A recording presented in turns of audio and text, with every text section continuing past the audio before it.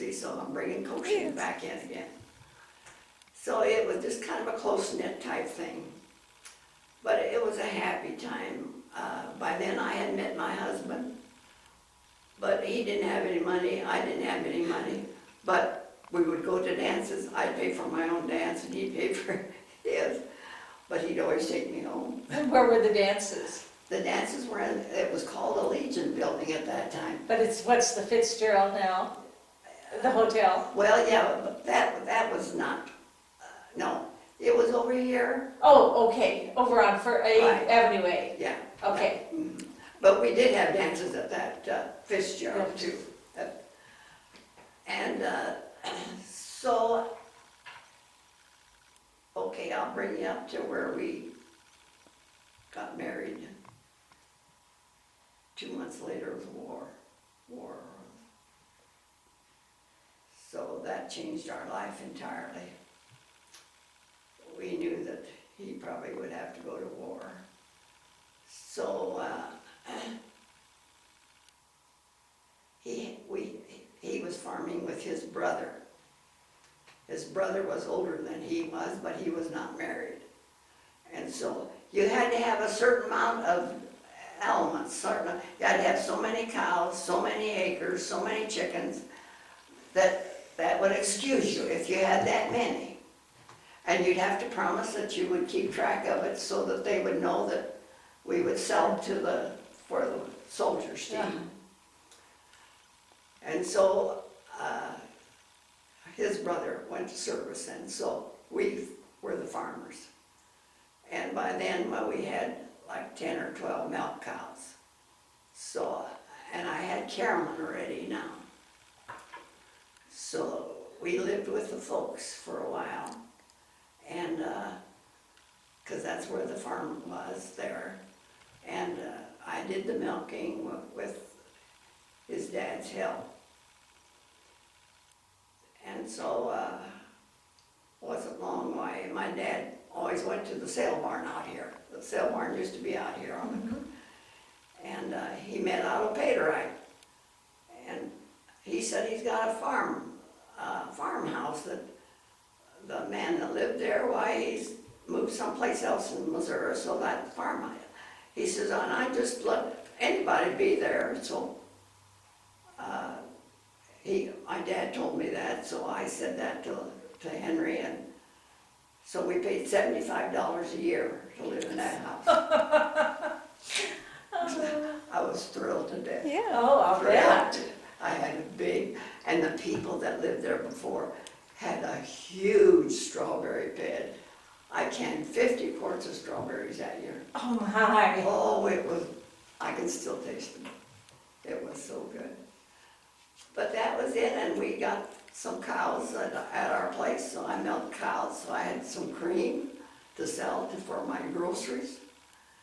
And Henry had an old pickup that he had to go like 3 miles to the farmstead.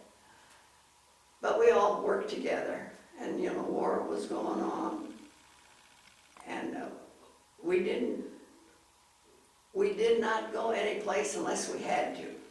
We went to church, and we tried to buy our groceries. Lorenz was always open. They had a meat market down here on the corner, and so we would buy what few groceries we did buy. We didn't buy many because I had a big garden. Tell us where Lorenz Brothers was. Where what? Where the Lorenz Brothers Yes. grocery store was, where Firestone is now. Yes. Yes. Exactly. Had the best wieners. Yes. They made them themselves. Well, and the last time we talked to you, you told us about serving soldiers. Yes, I'm coming. Okay, okay.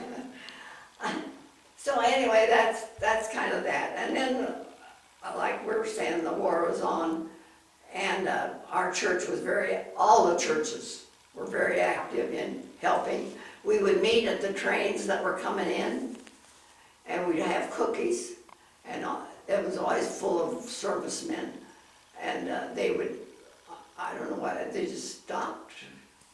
I don't know how come they stopped it, because the soldiers, they came out, but they had to go right back in a few minutes, and then the train went on.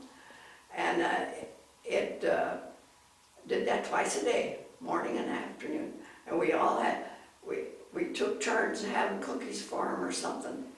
Well, the St. John's had a hall down on Main Street, and that's where Mom's Cafe was too, at that time.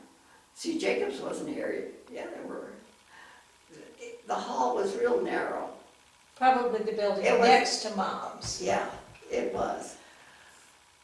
So, we'd get a call that some soldiers are coming through, you know, like they'd have 200 or 300 soldiers coming through, but they needed some lunch, either in boxes, a lunch sack, or breakfast.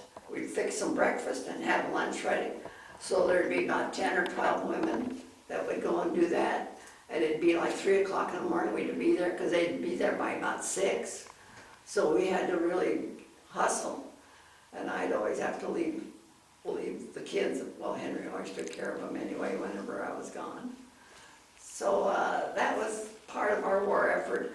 And another thing, every farmer was always scrounging for iron. We cleaned up our places for iron, because everybody, they needed iron so badly. For the war. Yeah. And the bomber plant was just up here, so it was really oriented for war. And there wasn't hardly a time, if anybody had any child there, we always asked them, what's the latest on them? And we had a telephone that had 9 people on it. We would listen to it. One time Fred Werbine called and he said, is anybody listening? And 5 women said, yeah, you know, and he recognized them all. But, I mean, we never locked our houses, there was no crime. We were all working together. I've never experienced anything like that. It was tough at the time, but it really brought us all together. We went to every rally that they had, and they'd have bomb drives. And every Monday morning, the kids had to take a dime apiece for the war effort. They'd put it into a slot, and when it would be full, well, then that would be turned it into the bank, you know, that was for the war effort. So it kind of, and we couldn't buy any machinery. We were working with horses. You couldn't buy a car. No. If you knew the lady behind the grocery store clerk, she'd say, I got some bananas, do you want some bananas? She'd bring out a banana or Jell-O, do you want some Jell-O? It was just those things that is not on the store. They were not on the rack. And you probably had rationing stamps for. Oh, we had sugars. Yeah, right. Gas was our biggest thing.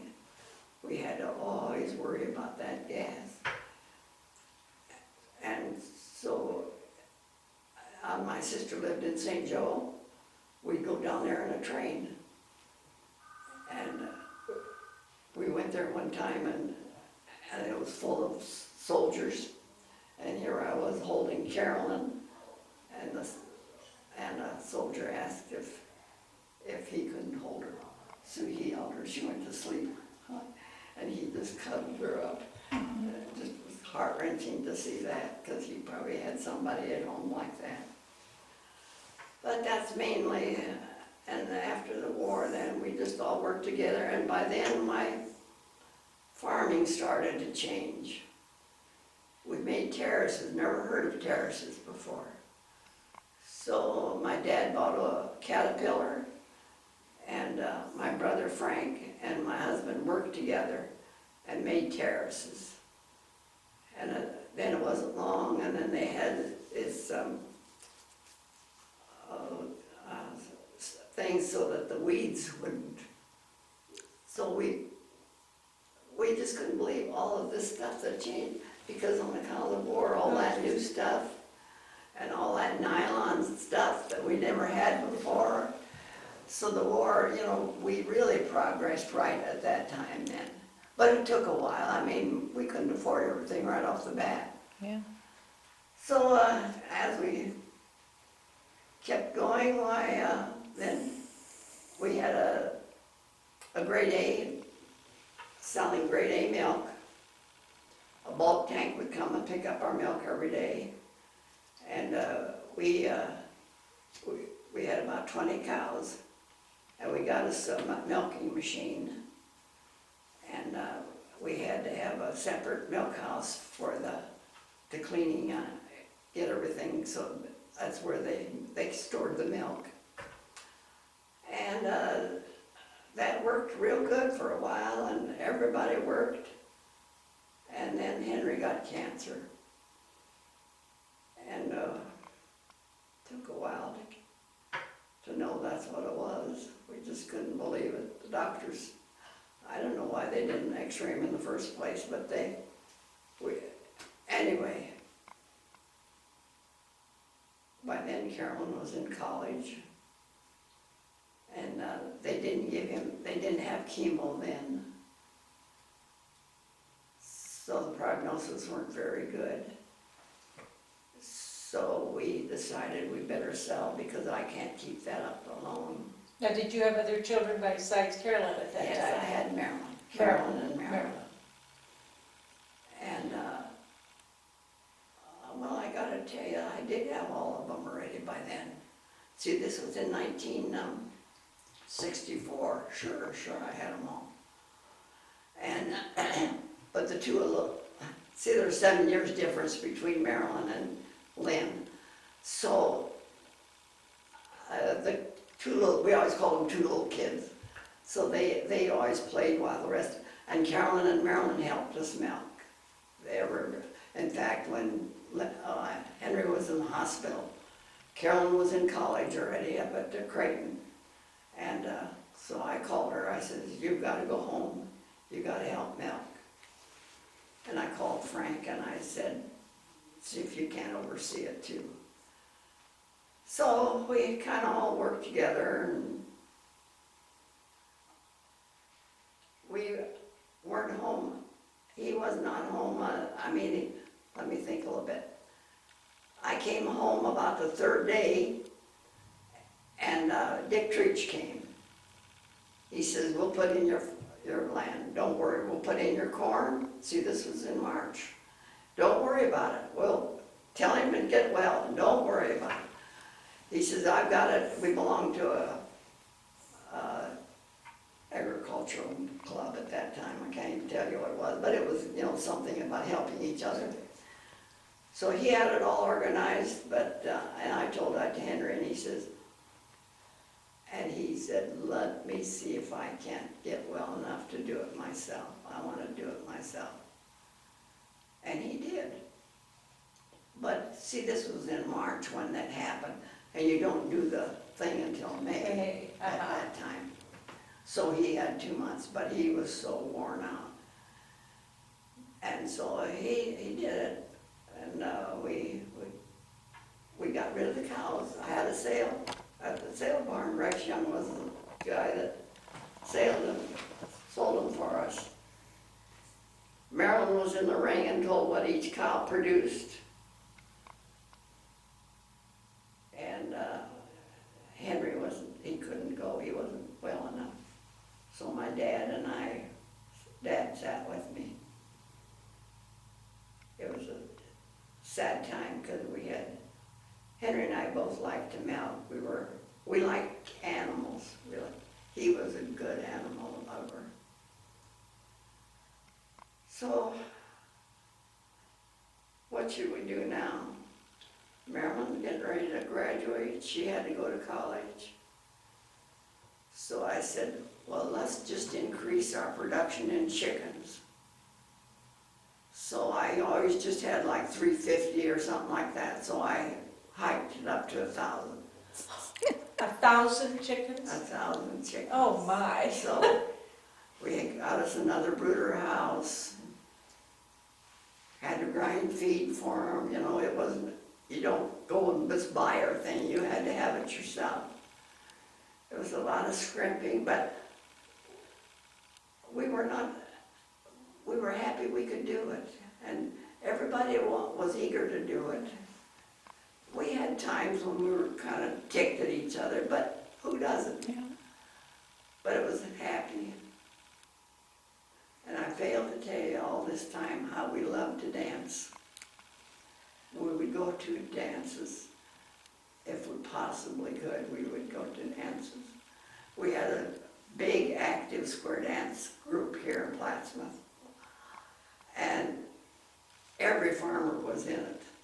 It was all our friends. We just loved it.